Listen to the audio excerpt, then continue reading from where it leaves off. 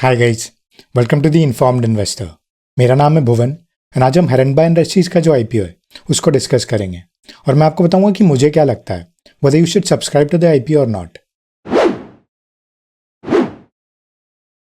तो जो आईपीओ है it is scheduled to open on 23rd of February and close on 25th of February and जो lot size है वो है 23 एंड जो इश्यू प्राइस है वो है 626 to 627। तो सबसे पहले लेट्स सी की कंपनी करती क्या है और वो किस इंडस्ट्री में ऑपरेट करती है। तो the company has its roots in 1996 and ये agrochemicals and public health products का मैन्युफैक्चरर है। तो नाउ लेट्स सी कि agrochemicals and public health products होते क्या हैं। तो agrochemicals are the chemicals that are used in agriculture. Most commonly जब हम एग्रोकेमिकल्स बोलते हैं तो वी मीन पेस्टिसाइड्स। पेस्टिसाइड्स वो सब्सटेंसेज होता है जो कि हम उन इंसेक्ट्स एंड ऑर्गेनिजम्स को डिस्ट्रॉय करने के लिए यूज करते हैं जो कल्टिवेटेड प्लांट्स के लिए हार्मफुल होते हैं। They include insecticides, herbicides and fungicides. And जैसा कि द नेम सजेस्ट, इंसेक्टिसाइड्स वो सब्सटेंसेज होते हैं that we use to kill unwanted insects. Herbicides वो सब्सटेंसेज होते हैं that we use to kill unwanted plants like weeds. And fungicides वो substances होते हैं that are use to kill funguses. Now जो सेकंड टाइप के प्रोडक्ट्स हिरनबा इंडस्ट्रीज मैन्युफैक्चर करती है वो है public health products. Public health products वो प्रोडक्ट्स होते हैं जो कि उन हार्मफुल ऑर्गेनिजम्स के स्प्रेड को कंट्रोल करते हैं जो इन जनरल पब्लिक की हेल्थ को अफेक्ट करते हैं। फॉर एग्जाम्पल, मलेरिया जो है वो मच्छरों से फैलता है, तो कोई ऐसा सब्सटेंस जो कि मच्छरों के स्प्रेड को कंट्रोल करे लाइक एन इंसेक्टिसाइड एक पब्लिक हेल्थ प्रोडक्ट होगा। टेक्निकली अगर हम देखें तो हिरनबा इंडस्ट्रीज मैन्युफैक्चर करती है टेक्निकल्स, फॉर्मुलेशंस एंड इंटरमीडिएट्स को। तो लेट्स सी कि ये होते क्या है। तो एग्रोकेमिकल्स एंड पेस्टिसाइड्स का मैन्युफैक्चरिंग जो है वो इन्वॉल्व करता है production of a basic ingredient जिसको कि हम टेक्निकल बोलते हैं, और ये पेस्टिसाइड के अंदर का जो एक्टिव इंग्रेडिएंट है उसको कंटेन करता है। इसको हम फिर कंबाइन करते हैं विद सॉल्वेंट्स एंड एडिटिव्स जिससे कि फिर फाइनल पेस्टिसाइड मैन्युफैक्चर होता है जिसको कि हम फॉर्मुलेशन भी बोलते हैं। और ये हम इस तरह से करते हैं कि इफिशिएंसी एंड कन्वीनियंस ऑप्टिमाइज हो, लेकिन साथ ही साथ एनवायरमेंटल हैजार्ड जो है वो मिनिमाइज हो। फाइनली वो सब्सटेंसेज जो कि एक स्टेप में मैन्युफैक्चर होते हैं एंड नेक्स्ट स्टेप में यूज होते हैं, they are called intermediates. Hiranba industries की 3 मैन्युफैक्चरिंग यूनिट्स हैं जो कि गुजरात की एक इंडस्ट्रियल टाउनशिप में सिचुएटेड है। ऑल्सो इसकी एक होल्डली ओन सब्सिडरी इनकॉर्पोरेट हुई है चाइना में, Changzhou Hiranba crop science and technology company के नाम से। Now let's look at the past financials of the company. In इस सेक्शन में जो पहला फिगर मुझे देखना पसंद है वो है सेल्स ग्रोथ। ये इंडिकेट करता है कि फाइनल आउटपुट क्या है कंपनी का।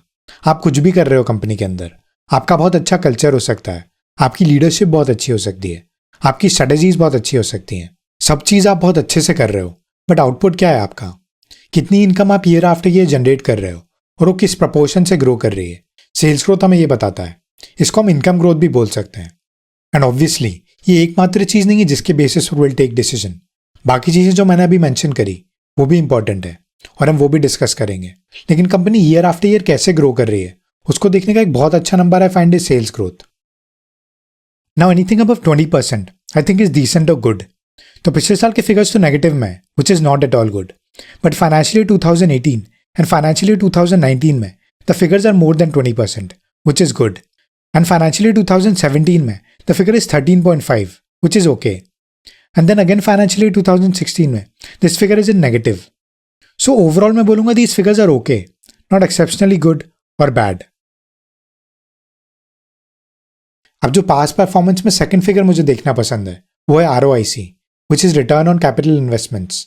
दिस इंडिकेट्स कि जो पैसा कंपनी के पास है, जो पैसा उसने उधार लिया बैंक से या कहीं से और शेयर होल्डर्स से, उस पर वो कितना प्रॉफिट जनरेट कर पा रही है, मतलब वो कितना वाइजली पैसे को एलोकेट या इन्वेस्ट कर रही है। This figure shows us that. ना US कंपनीज में the average ROIC is around 10%, so we should look for 15 to 20% और मोर इन ग्रेट स्टॉक्स। तो जो लास्ट 3 साल के फिगर्स हैं दे आर तो वेरी गुड, ऑलमोस्ट तीनों ही 30% से ज़्यादा है which is very good, and उसके पहले के फिगर्स भी बुरे नहीं हैं। सो ओवरऑल मैं बोलूँगा दीज फिगर्स आर गुड। अब ये चीज़ मैंने कहीं पढ़ी थी और ये मुझे बिल्कुल सही लगती है कि investing is like sitting in an airplane and taking a flight. Just like कि आप जब प्लेन में बैठते हो कहीं जाने के लिए तो आप प्लेन चलाते नहीं हो, जो पायलट एंड को पायलट हैं वो प्लेन चलाते हैं। सिमिलरली जब आप रिटर्न्स गेन करने के लिए इन्वेस्टमेंट करते हो किसी कंपनी में तो आप कंपनी नहीं चला रहे हो, जो लीडरशिप टीम है वो कंपनी को चला रही है। तो you must try to find out कि जो कंपनी है उसकी लीडरशिप टीम कितनी केपेबल एंड ट्रस्टवर्दी है। तो the next thing that I like to do is ये देखने की कोशिश करना कि कंपनी की लीडरशिप टीम कितनी क्वालिफाइड एंड केपेबल है, ये मुझे अपने डेस्टिनेशन पर पहुंचा पाएगी या नहीं। लेकिन एक काफी बड़ा negative that I find about the company is that कुछ भी इंफॉर्मेशन प्रेजेंट नहीं है, ना ही कंपनी की वेबसाइट पर और ना ही एनुअल रिपोर्ट्स में, regarding the qualification, academic background, past positions and achievements of the board of directors. Moreover, ऐसा लगता है कि काफी सारे बोर्ड मेंबर्स जो हैं are members of the Shetty family only.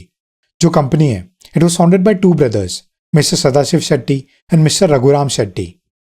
तो ओवरऑल ये मुझे काफी बड़ा नेगेटिव लगता है अबाउट द कंपनी, बिकॉज जैसा कि मैंने कहा, it is very important to review the qualifications, trustworthiness, capability and achievements etcetera of the board of directors किसी भी कंपनी में पैसा इन्वेस्ट करने से पहले, क्योंकि कंपनी को आप नहीं चला रहे हो, वो चला रहे हैं और आप डिपेंडेंट हो उन पर कि कंपनी को वो कितने अच्छे से चलाते हैं इन द फ्यूचर। एंड इस पर ही आपके इन्वेस्टमेंट के रिटर्न्स डिपेंड करेंगे, बिकॉज यूजुअली जब कंपनी ग्रोज एंड एक्सपांड्स तो उसकी शेयर प्राइस भी बढ़ती है। एंड मुझे लगता है कि अगर कंपनी के बोर्ड ऑफ डायरेक्टर्स एक्सेप्शनल होते हैं तो इन्फॉर्मेशन डेफिनेटली प्रेजेंट होती वेबसाइट या एनुअल रिपोर्ट्स में। नाउ इस सेक्शन में हम कुछ और नेगेटिव्स देखेंगे that I find about the company. तो सबसे पहले जो डायरेक्टर्स की रिपोर्ट है उसमें there is no mention about the overall global scenario of the agrochemical industry and Hiranba industries इसमें कहाँ स्टैंड करती है। Also it doesn't contain any vision of the board of directors about the company. ये future में क्या करने वाले हैं, how will it operate and expand, company के फ्यूचर प्लान्स क्या है, कुछ भी ऐसा मेंशन नहीं है। दिस आई डेफिनेटली एक्सपेक्ट कि किसी भी अच्छी कंपनी के डायरेक्टर्स रिपोर्ट में प्रेजेंट होना चाहिए, बिकॉज कोई भी company grow, expand and prosper कैसे करेगी अगर जो बोर्ड ऑफ डायरेक्टर्स हैं जो कंपनी को चला रहे हैं उनका कोई विजन ही नहीं है about the companies operation and growth and they don't share it with us investors. हमें कैसे पता चलेगा कि जो पैसा हम इन्वेस्ट कर रहे हैं वो कहाँ जा रहा है और कंपनी उसको कहाँ यूज करने का प्लान कर रही है, और बोर्ड ऑफ डायरेक्टर्स का कंपनी के एक्सपांशन एंड ग्रोथ के लिए क्या प्लानिंग है। और देन अगर कंपनी अच्छे से ऑपरेट नहीं करेगी एंड एक्सपांड एंड ग्रो नहीं करेगी तो कंपनी के शेयर्स कैसे अच्छा कर पाएंगे। तो ये मुझे डेफिनेटली एक काफी बड़ा नेगेटिव लगता है about the company. Also overall जो कंपनी की एनुअल रिपोर्ट्स एंड वेबसाइट्स हैं वो मुझे बहुत क्लमजी सी लगी, बड़ी मुश्किल से मैं चीज़ें ढूंढ पाया। एनुअल रिपोर्ट में इंडेक्स पेज तक नहीं था एंड स्पेलिंग मिस्टेक्स मुझे मिली and even wrongly constructed sentences मुझे मिले। तो एक इतनी बड़ी कंपनी जो अब करोड़ों रुपए रेस करने के लिए आईपीओ कर रही है, वहां पर मैं ये चीज़ें एक्सपेक्ट नहीं करता हूँ। तो डेफिनेटली ये मुझे नेगेटिव साइंस लगते हैं about the company. Now finally किसी भी कंपनी के one of the greatest assets होते हैं उसके employees. And employees when are happy and satisfied, और जब वो रिटेन रहते हैं for longer periods rather than leaving frequently, that implies greater productivity. Because नए एम्प्लॉयज को ट्रेन करना is expensive and painful. इसमें टाइम भी लगता है और पैसा भी। And overall employee retention is a sign of good company culture. लेकिन कंपनी के एम्प्लॉयज का कोई रिव्यू नहीं है ग्लासडोर पर, तो एम्प्लॉयज क्या सोचते हैं about the company and how they are treated, ये मैं आपके साथ शेयर नहीं कर पाऊंगा। So overall I think company के जो फाइनेंशियल्स हैं दे आर गुड, एक्सेप्ट जो पास्ट ईयर की सेल्स ग्रोथ है and ROIC is really great.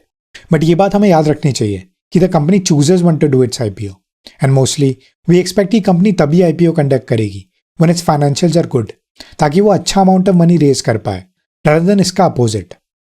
But मैं पर्सनली प्रेफर करूंगा to invest my money in a company जिसके हो सकता है फाइनेंशियल्स अभी डिसेंट हो बट उसकी लीडरशिप टीम ग्रेट हो with a proven track record, जिसकी एक क्लियर विजन हो about the future of the company, rather than कि एक ऐसी कंपनी में इन्वेस्ट करना जिसके फाइनेंशियल्स अभी तो अच्छे हैं बट जिसकी leadership team is not so good and has no vision about the future of the company. Because share price company की ग्रोथ अप करेगी जब वो फ्यूचर में अच्छा परफॉर्म करेगी, ना कि अभी जो उसके फाइनेंशियल्स हैं उसके बेसिस पर। तो इन कारणों से मैं पर्सनली इस IPO में सब्सक्राइब नहीं करूंगा और मुझे नहीं लगता कि it would be a wise decision for you to invest either. So that's it for today. I hope ये वीडियो आपको इन्फॉर्मेटिव एंड हेल्पफुल लगा होगा। अगर हाँ तो इसे लाइक करना मत भूलिएगा and don't forget to share it with those who you think might benefit from it. मैं मिलता हूँ आपसे अगले वीडियो में, तब तक के लिए बाय एंड टेक केयर।